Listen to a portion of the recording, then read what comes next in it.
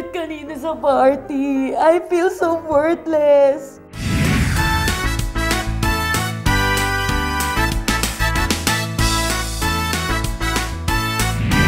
Hi, Tisay. Kung matutulungan kita sa problema mo. Una, tamain natin yung spelling ng worthless mo. Worthless? Walang H? Worthless? Ano ba yung pinag-usapan nyo kanina sa financial ninong mo? Bakit po ganun, sir? Parang feeling ko hindi ko alam yung halaga ko. Kaintindi ko, pinag-uusapan nyo dito sa Peaceabilities, yung mga bagay-bagay tungkol sa buhay pinansyal, di ba? Tama po yan, sir. Tungkol po sa problemang pinansyal po na yan. Isa sa mga bagay na kailangan mong malaman pag nandito ka sa lakbay para maging mayaman. Sa Tagalog, dalawang sangkap o dalawang component. Unang-una, kailangan malaman mo ang iyong mga assets at ang iyong mga liabilities. Assets, ito yung mga pagmamay-ari. Ang liabilities naman, what you owe. Masyado kung usapan pa lang, natotorete na ako, tapos ang liit pa na sulatan natin. Bakit po hindi natin isulat sa mas bongga, mas malaki, mas maputing blackboard? So, say, di ba, usapan natin yung assets and liabilities. Opo. Una, babalikan ko, yung assets, yung mga pagmamay-ari. Dapat ang ililista mo rito, yung mga bagay na may halaga na pwede mong ibenta. Ano ang mga pagmamay-ari mo? Si Knock-Knock. Knock-Knock? Yung cellphone ko po. Lalagay natin, Knock-Knock. Kailangan ipangalanan mo. Tapos ilagay mo yung halaga kung magkano mo siya mabibenta ngayon. Kung ngayong araw na to, bibibenta mo yung Knock-Knock mo. Ano ba yung Nokia na cellphone mo? 5,300 po yun. But it will take me an unbearable crisis bago ko siya ibenta. 5,000 po. 5,000 pesos, mabibenta mo siya ngayon. Ano pa ang ibang mga pagmamay-ari mo? Kung pwede kong isuggest kagad, yung mga personal belongings mo, pananamit. 5,000 pesos. 5,000 pesos. Opo. Okay. Meron pa ba mga alahas, itong mga bangles mo na... Yung mga alahas ko, kung meron man. Tapos, may mga old coins yata ako sa bahay na mabibenta ko ng at least 3,000 pesos. 3,000. Meron bang pinamana na sa'yo ang magulang mo na nakapangalan na sa'yo o may kasiguraduhan na ipapangalan sa'yo? Wala po eh. Wala. Kaya siguro, sa ngayon po, ayan pa lang po yung mga assets ko. Assets mo. So, i-add lang natin lahat yan.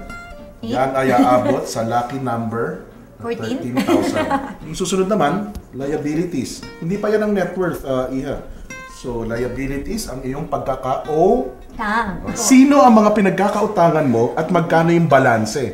Huwag mong ilalagay kung magkano yung inutang mo, lalagay mo na lang sa araw na to, magkano na lang ang balanse mo sa mga pinagkakautangan mo. Sino ang una mong pinagkakautangan? Sa school po, meron akong 2,000 na utang. So, 2,000.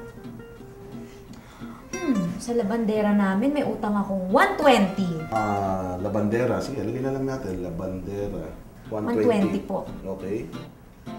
Meron ka pa bang kamag-anak? Meron ka bang pinagkakautangan? Mga relatives ko na yan. Meron yata akong 1,000 utang, lahat-lahat na sila. Sa mga kaibigan, meron ka bang pinagkakautangan sa mga... Gusto. Dugo ang pera. Teka lang po, sa dami ng kaibigan ko at ang dami kong utang, mga 500. 50 sila. So, i-add natin lahat sila. That is 3,620. Simple lang ang formula sa pagkuha ng net worth. That is assets minus liabilities. Yan yung ang iyong net worth. Ito ay 13,000. Pagkakautang ay 3,620. Okay.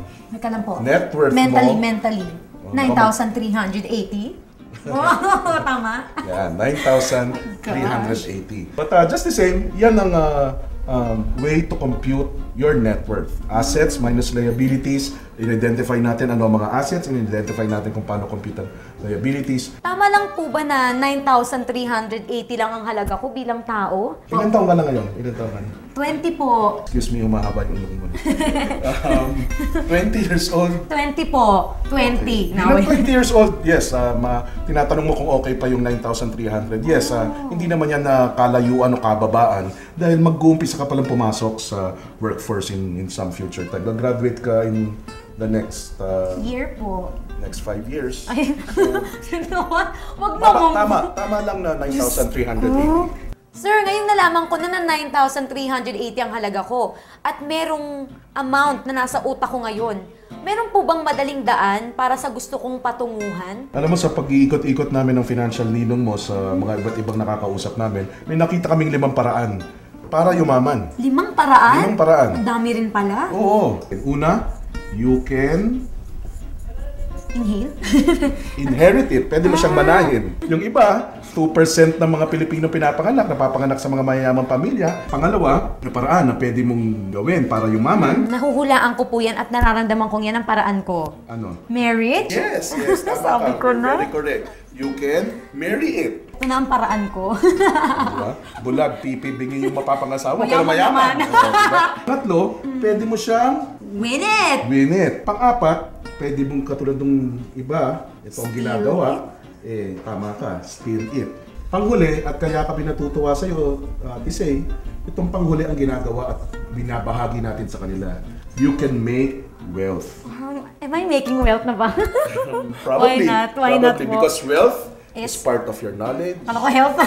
Kala ko health is wealth. your network na kaninang dinidiscuss mo kay Financial Ninong. So sa 5 to, mamimili lang kami kung ano yung pinakamadaling paraan ng pagpapayaman at pagpapalago ng pera. Pero mga kapiso, sa taong katulad ko, tingin ko ang pinakamadaling paraan para yumaman, syempre, Mary. Diyos ko naman, no? Tingnan ko lang, di pa ako yumaman sa ganda kong to. Pero sa pagre-wrap up ng tinalakay natin ngayong araw na ito, natutunan ko ang halaga ng pag-alam sa ating mga assets at liabilities. Ang assets natin ay yung mga tinatawag nating mga bagay na pagmamayari natin na pwede nating pagkuhanan ng pera sa pamamagitan ng pagbebenta. At yung tinatawag naman nating liabilities, ito yung mga tinatawag nating pagkakautang natin. At para makuha natin ang ating netong halaga, kunin natin ang halaga ng ating assets and liabilities. Syempre, hindi ganun kadali yun, may formula. Ma-minus mo yung liabilities mo sa assets mo para makuha mo yung netong halaga mo. Napakadaling yumaman kung tutuusin, kung nasa tamang mindset ka at kung nasa tamang pagdidisiplina ka. May mga 5 paraan para yumaman. Una nga, ang tinatawag nating pag-inherit o pagmamana ng kayamanan. Ikalawa, ang marry or pagpapakasal sa isang mayaman. Pangatlo, yung win o mapanalunan mo yung kayamanang gusto mong makuha. Pang-apat, yung pinaka-rocus sa lahat. Rocus, tama mga kapiso, hindi magandang paraan sa pagpapayaman, yung pagnanakaw.